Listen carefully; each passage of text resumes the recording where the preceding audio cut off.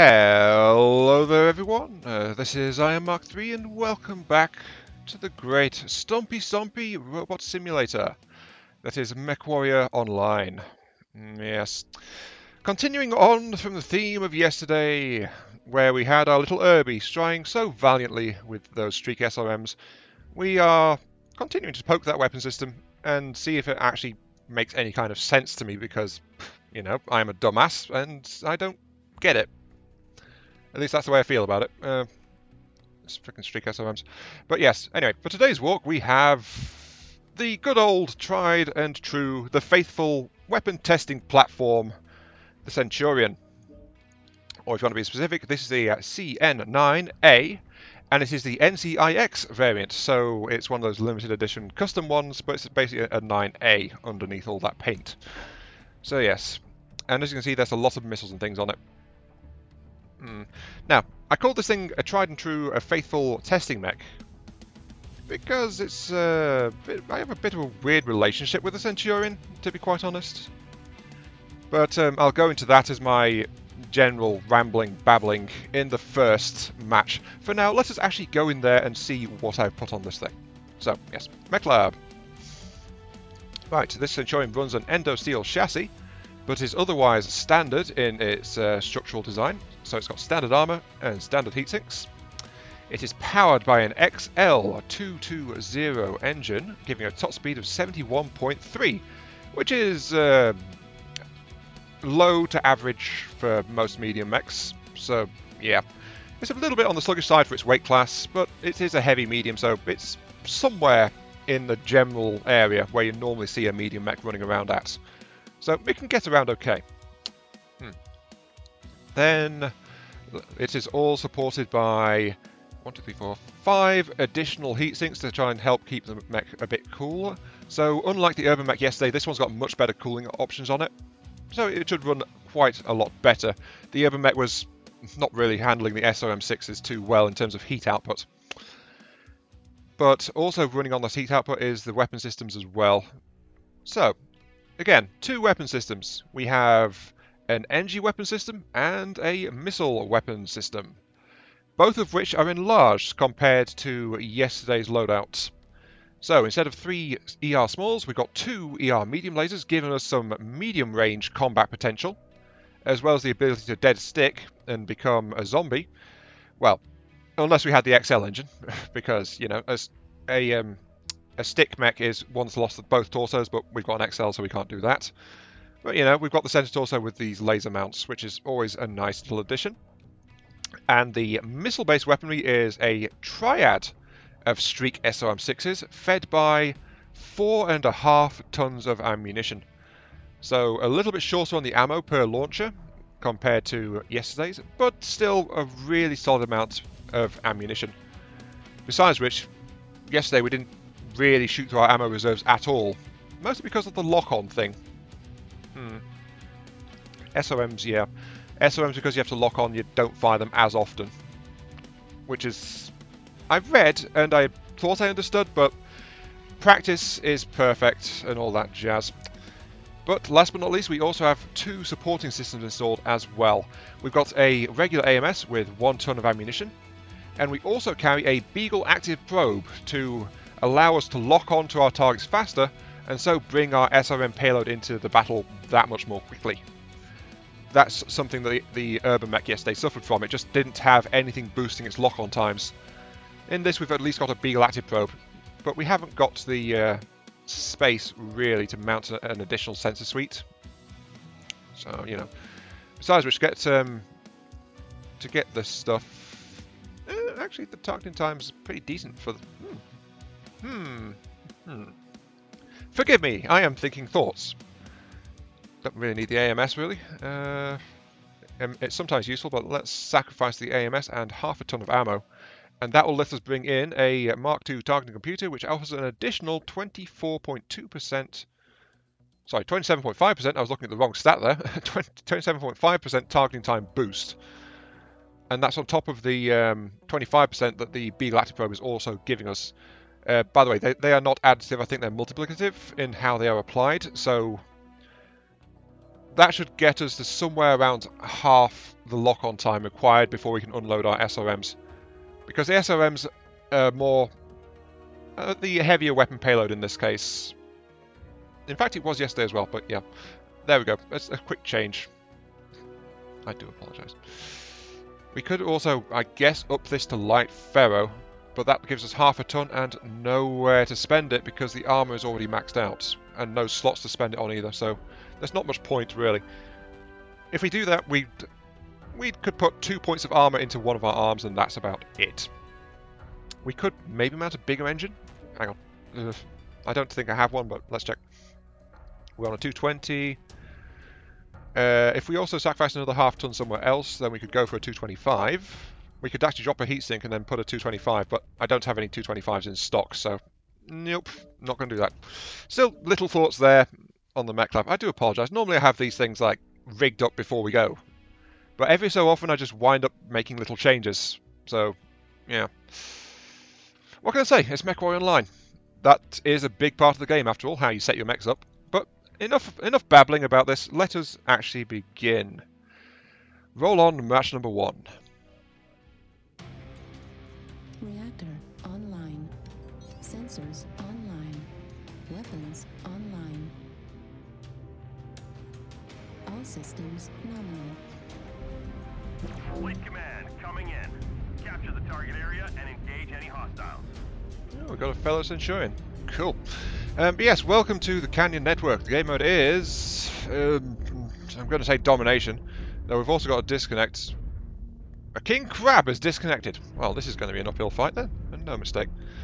Anyway, I did say that our ramble would be why I called this the tried and true, the trusty testing platform weapon test mech. Or something to that effect, I'm not entirely sure. But, yeah, I said I'd explain myself. And, quite honestly, I have a bit of a love-hate relationship with this mech. It's kind of weird. But Centurion mechs... Ooh. There's someone around there.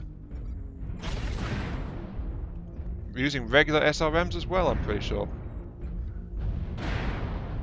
Jeez, I'm going to get killed, aren't I? No, he's going to harass me in the back. Ooh. Target spotted. I'm in trouble. Ow. Luckily, the Centurion's got a lot of armor on it as well. But yeah.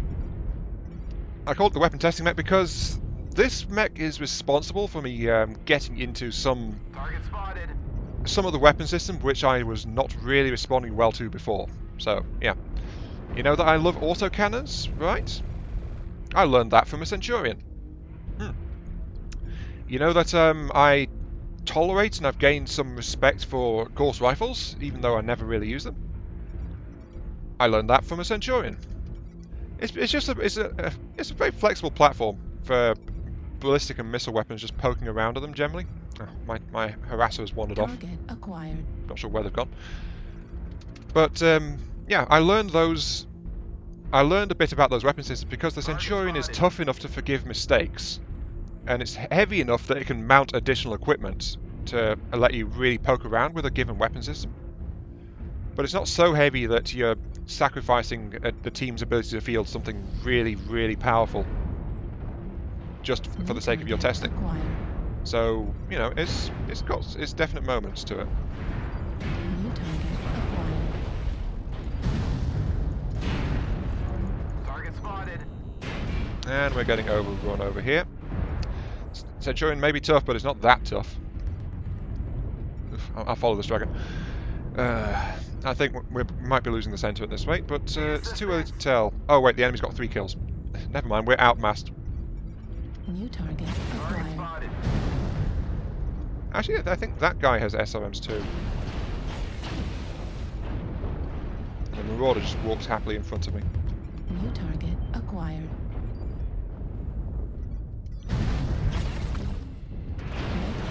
Critical damage. No, my shield arm. Destroyed. Oh well, there's nothing in it, actually, so, you know, not that big a loss. Target acquired. What's that Sunstrider going after? Incoming missile. Oh. Someone... Warning, incoming missile. No, I'm getting torn to shredded right now. Critical damage. Target spotted. Warning, incoming missile. Right arm critical damage. Hello there, Javelin. I can keep firing. I can't fire that many bursts of SRMs, but at least I can fire a bunch of them. And I'm being pursued. Yep, there we go, dead. So yeah, Centurion has turned around my opinions on entire weapon classes before. And that's why I decided if I'm going to be poking at Streak SRMs this particular weekend, one of the mechs that should do it is Centurion. Because I never use them the rest of the time, really. I mean, it's incredibly rare that I field a Centurion. And even then, usually it's just with an experimental weapon. But still, 170, not too bad. We didn't really get into the thick of things around there. So, you know, we could have done better. New target acquired. Maybe part of the problem is I'm using SRM6s because they run a little bit hot, but if I put SRM4s, it'll be a more balanced loadout, but then you can't mount a decent projectile weapon with just like 3 tons. You need a lot of space for projectiles. But that said, this is actually looking pretty even at the moment. LB10 ammo at 25. Yeah, there's a Sunstrider. Right arm. How are you doing, Lordo? Oh, he's getting torn to pieces now. Right arm destroyed. Yeah, he's down. Oh, he overheated. I see. I wonder if that king crab is still with us. Heat level critical. No, he's not. Surprise, surprise! The disconnected king crab got killed. I've got to admit though that even so, this mech felt better than the urban mech did over 3 matches, and that's in just 1 match. So, yeah, this mech does feel better. And I guess that's why I come to it for testing. Centurion tends to be a bit of a forgiving weapons platform. Anyway, roll on match number 2 as soon as we see that 173 kill assists, and yep, half of the kills we got I helped with, so not too bad. Lots of protection though. Yeah, lots of protection. Yeah, match number 2. Here we go. Reactor online. Sensors online. Weapons online. All systems nominal. This is command. Eliminate all enemies, no matter the cost. Okay, here we go. Welcome to match number 2. The map is River City. The game mode is skirmish, so yes, not so bad. Not so bad. This is going to be match number 2 because I definitely got a decent handle on things in the first match. And I must say, as I was saying at the end of the last one, this mech feels a lot better than the urban mech did. However, also saying that, I am not sold on the Streak SRMs at all. It's yeah. I've said in the past it's like I have this moment where a weapon system will click for me and start to make a lot more sense. And I might even go out of my way to like them. I mean, I went head over heels for ballistics once I got into them, but before that I was like a pure energy player, and that's all I cared about. Because hey, energy, you're not going to run out of ammo. And that's honestly all I thought about it. I know, sounds weird given how many times I load ballistic weapons onto things at this point, but it's true. Even back in the older Mechwarrior games or in Mech Commander and stuff like that, I'd normally play energy weaponry because I just didn't want to bother dealing with ammo. So, you know, a little bit of old history there. Though that said, the X-Pulse lasers and Mech Commander Gold were awesome. I just loaded every mech I could with those things and they just shredded the enemy. So, yeah. But in general, I'm speaking in general.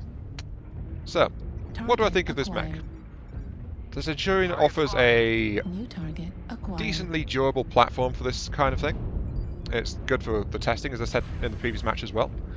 And it feels like I've got a good blend of survivability and weapons payload here. However,